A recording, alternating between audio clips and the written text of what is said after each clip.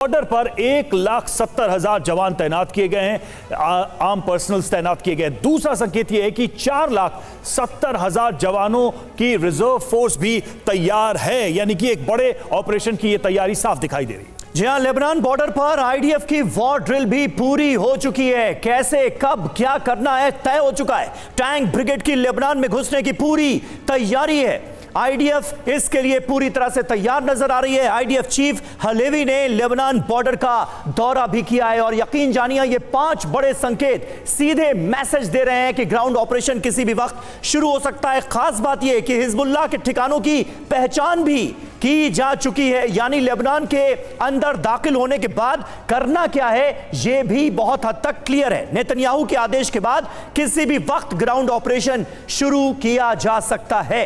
इस बात के आसार सीधे तौर पर नजर आ रहे हैं। एयर मार्शल राजेश कुमार हमारे साथ मौजूद हैं। सर, किस तरह से आप देखते हैं इस पूरे डेवलपमेंट को, और क्या बस अमेरिका के ग्रीन सिग्नल का इंतजार किया जा रहा है, उसके बाद नेतन्याहू का ऑर्डर और लेबनान के अंदर ग्राउंड ऑपरेशन शुरू?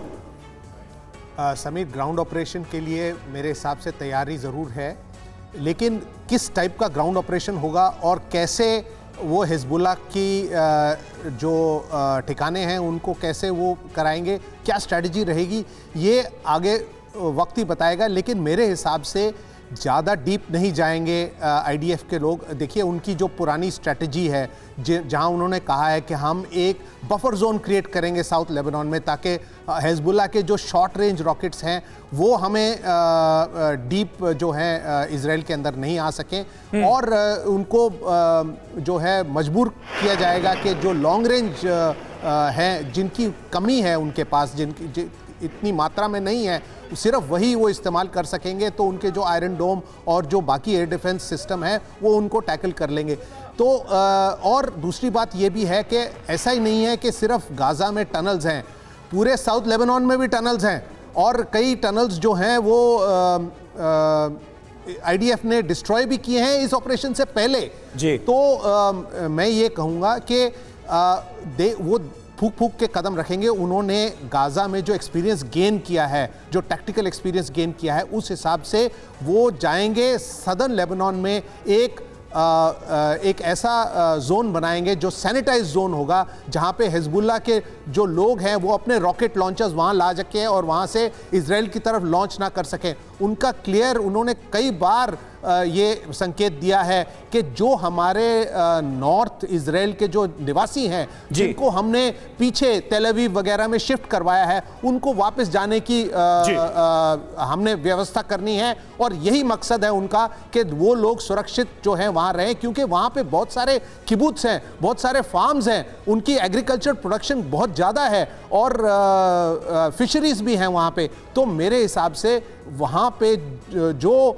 नदर्न स्टेट की पॉपुलेशन है उसी को सिक्योर करने के लिए ये ग्राउंड ऑपरेशन करेंगे, जो एक बफर जोन बनाएंगे। आप ये कह रहे हैं कि बहुत प्रिसाइज होगा जो भी होगा। और देखिए, यमन से हूती का तेल अवीव पर हमला, हूती ने बैलिस्टिक मिसाइल से किया है अटैक। इजराइल ने इंटरसेप्ट की हूती की मिसाइल। हमले के बाद तेल अवीव में एयर रेड अलर्ट।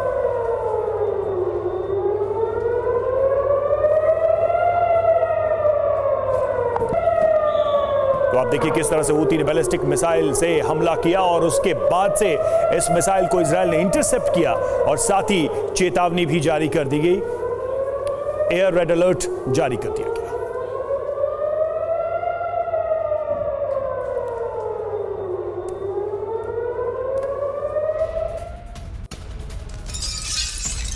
और यमन से हमले के बाद तेल अवीव में दहशत देखी गई। लाखों लोगों ने बंकर में ली है शरण। यमन से हूती ने किया था मिसाइल अटैक। आईडीएफ हेडक्वार्टर को निशाना बनाकर यह हमला अंजाम दिया गया, जिसे नाकामयाब करने का दावा किया जा रहा है इजराइल की तरफ से।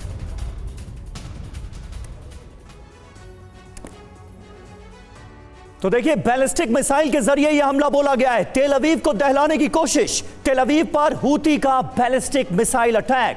हिजबुल्लाह के समर्थन में हूती ने तेल अवीव को बनाया है निशाना। इजराइल ने हूती की मिसाइल को हवा में ही नष्ट कर दिया।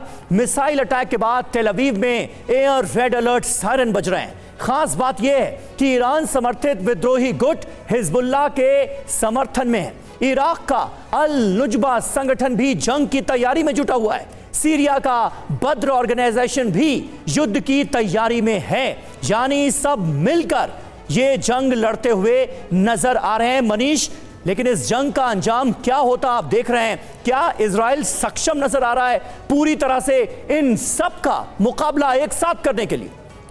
देखिए, 12 घंटा पहले जिस तरीके से अमेरिका ने $8 बिलियन की इजराइल को मदद दी है, सैन्य मदद दी है, इससे तो साफ जाहिर है कि मिडिल ईस्ट में चाहे हालात जैसे भी हों, अमेरिका इजराइल के साथ रहेगा और इसी बात से इजराइल के हौसले बुलंद हैं।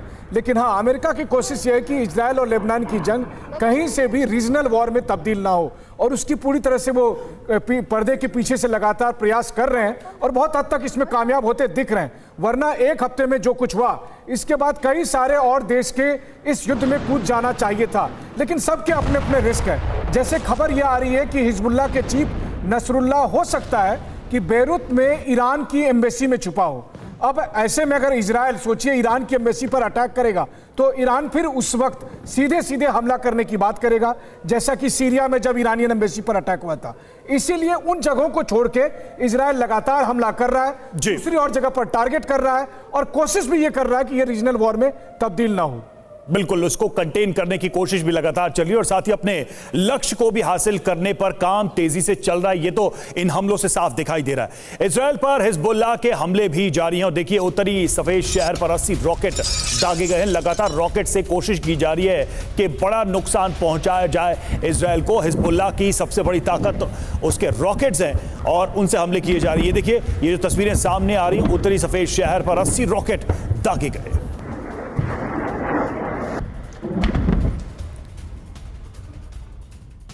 और हिजबुल्लाह भी इजराइल से फुल फ्लेजेड वॉर के लिए खुद को तैयार कर रहा है।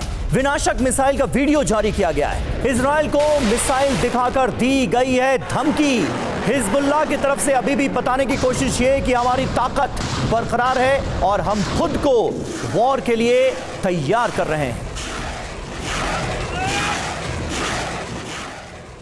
सुमित हमारे साथ मौजूद हैं स्टूडियो में, हमारे सहयोगी। सुमित, अब एक सवाल यहां पर यह बनता है, ये हमले जारी हैं, ये युद्ध जारी है। मनीष बता रहे थे कि भाई जो बाकी जो देश हैं जो बड़े बयान देते रहे, उनकी तरफ से जो रिस्पांस आना था वो नहीं आया। राजेश सर ने कहा कि बहुत ही लिमिटेड वे में ये ग्राउंड ऑपरेशन भी शुरू होगा। क्या इसकी कहीं कोई गुंजाइश दिखाई देती है कि लेबनान के बॉर्डर के पार जाकर नेतन्याहू की फौज, इजराइल की फौज जाकर बैठ जाए और कुछ लॉस ऑफ लैंड लेबनान को हो जाए इस युद्ध के अंत में?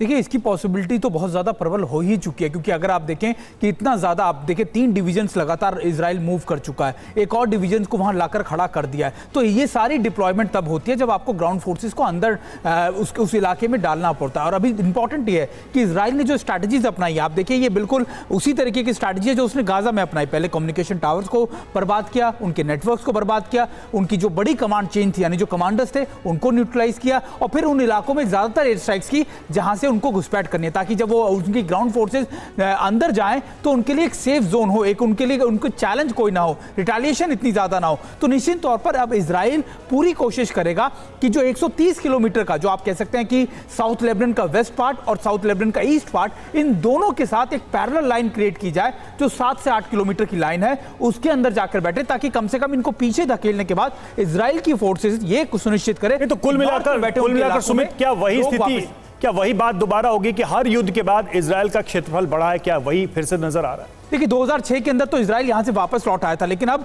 इजराइल को लगता है कि अगर उसे लंबे समय के लिए अपने नॉर्थ पार्ट को सिक्योर करना है, नॉर्दर्न एरियाज के अंदर अपने लोगों को ले जाकर वापस बैठाना है, तो निश्चित तौर पर उसको ये करना पड़ेगा और यही इजराइल लगातार करेगा।